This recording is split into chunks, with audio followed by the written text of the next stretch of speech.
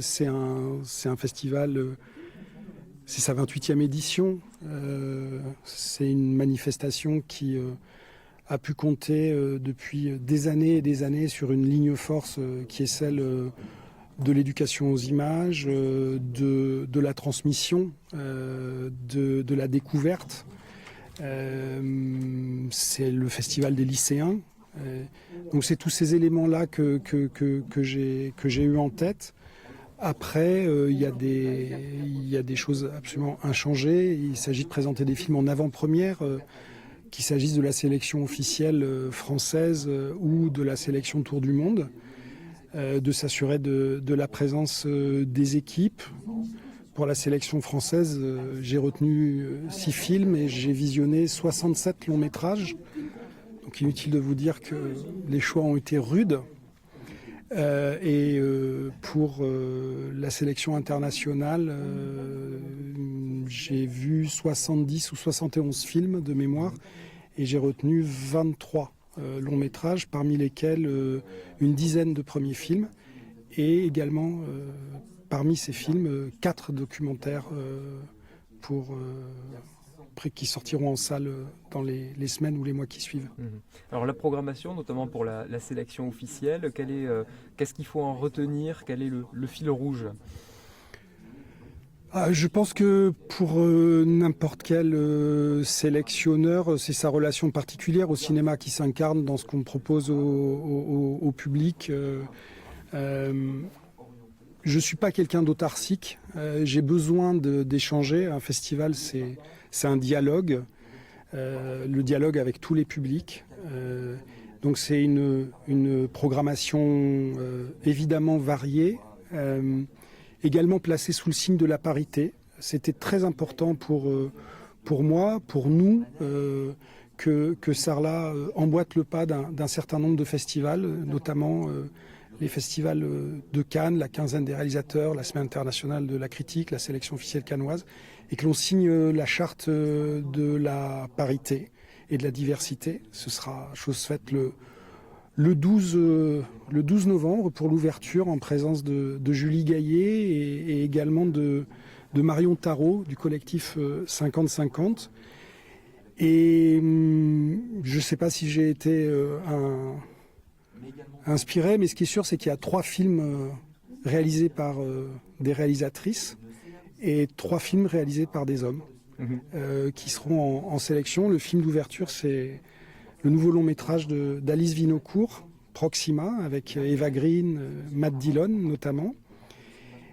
Un premier long métrage, le seul de ma sélection officielle, film de Sarah Zucco, Les Éblouis, avec Camille Cotin, Éric Caravaca, Jean-Pierre Daroussin.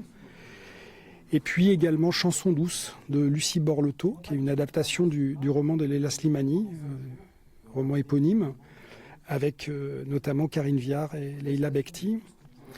La vérité de Koreeda, film absolument magistral d'un grand cinéaste japonais, son premier film en Europe.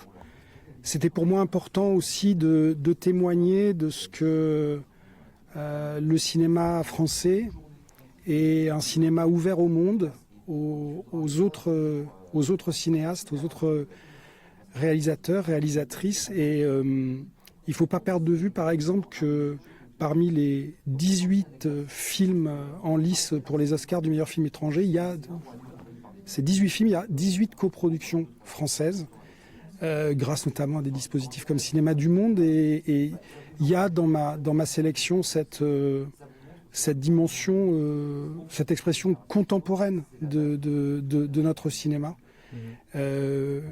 C'est un festival pour la jeunesse aussi, donc je pense que c'est important d'être moderne, contemporain, et prendre à bras le corps notre société. Et ça se voit particulièrement dans le choix du film d'ouverture, c'est audacieux. Oui, je crois, oui. C'est un film qui est très ambitieux, qui mêle l'intime et une dimension très spectaculaire, au sens où c'est l'entraînement d'une astronaute interprétée par Eva Green en Russie, aux côtés d'une équipe internationale qui a vocation à aller sur Mars. Et ce sont les difficultés à concilier une vie de femme, de mère, puisqu'elle elle laisse une petite fille de 8 ou 9 ans pendant plusieurs mois, voire une année et demie. Et cette expérience difficile, y compris dans les entraînements, sont très intenses. Le film est d'autant plus crédible que Thomas Pesquet était conseiller technique. Il a même un petit rôle dans le film. Et je trouve ça absolument exaltant que dans le cinéma français, on se cogne cet univers-là de la conquête spatiale, en quelque sorte. C'est doublement surprenant parce que la science-fiction, on peine un peu à la trouver justement dans les festivals comme ce genre de festival-là. Et puis la science-fiction, on peine aussi à la trouver dans le cinéma français. Alors, je pense que il y a une nouvelle génération d'auteurs, de scénaristes, mais aussi de réalisateurs, de réalisatrices, qui petit à petit se réapproprient les cinémas de genre. Je pense que, moi, c'est ce qui m'intéresse au cinéma. Je crois que la sensibilité de ma sélection, elle va vers le romanesque, vers quelque chose d'héroïque. L'un des premiers longs métrages sélectionnés dans la sélection Tour du Monde, c'est le film de Aude Léa Rapin, les héros ne meurent jamais. Et je suis assez convaincu que de façon un peu souterraine comme ça, il y a eu cette idée qui court vraiment une très très grande partie des sélections, qu'il s'agisse des films Tour du Monde ou de la sélection officielle. Cette idée d'héroïsme, d'audace, de très forte personnalité, particulièrement y compris dans les films réalisés par des hommes, des personnages féminins, qui renversent des montagnes et qui peuvent entrevoir un monde meilleur. Et je trouve que pour aussi des lycéens, leur dire, voilà, bien sûr ça existe au cinéma, mais ça doit être jouable ailleurs, dans la vraie vie. Dernière question sur les personnalités qui seront présentes. Peut-être moins de grosses stars que les années précédentes. Ça, c'est un choix de votre part Oui, alors je pense que je suis quelqu'un qui vient du cinéma indépendant. J'ai pas voulu une sélection autarcique. Je n'aime pas les postures auteuristes. Je crois que le cinéma, c'est un art populaire aussi. Je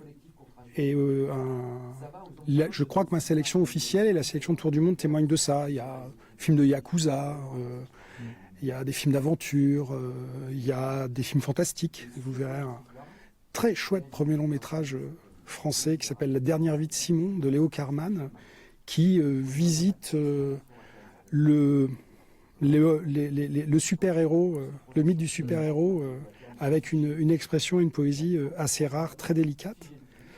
Donc peut-être moins de têtes d'affiche, mais toujours du côté de nos invités, mis à part Koreeda, cinéaste japonais de La Vérité qui ne pourra pas être là, tous les réalisateurs et les réalisatrices seront présentes. Puis quand même une nouveauté, c'est que on aura une dizaine d'équipes de la sélection Tour du Monde. Et ce qui est important pour moi, c'est que les films aillent à la rencontre du public et bien entendu ceux qui les ont faits, qui les ont écrits, qui les ont interprétés. Et puis il y aura, c'est un festival placé sous le signe d'Agnès Varda avec une invitée très généreuse qui est Julie Gaillet et qui sera là aussi pour incarner cette dimension de passeur. Et puis on a un film de clôture avec la présence assurée d'Olivier Marchal, de Gérard Lanvin et de Philippe Lagui, dont c'est le deuxième long métrage après une consécration il y a une petite dizaine d'années à Sarlat pour son premier film, Le Fils à Jo. Et puis des séances spéciales. Beaucoup de choses. Il y aura matière à découverte, à curiosité, à engueulade, parce que sinon c'est pas drôle le cinéma s'il n'y a pas de débat. Voilà.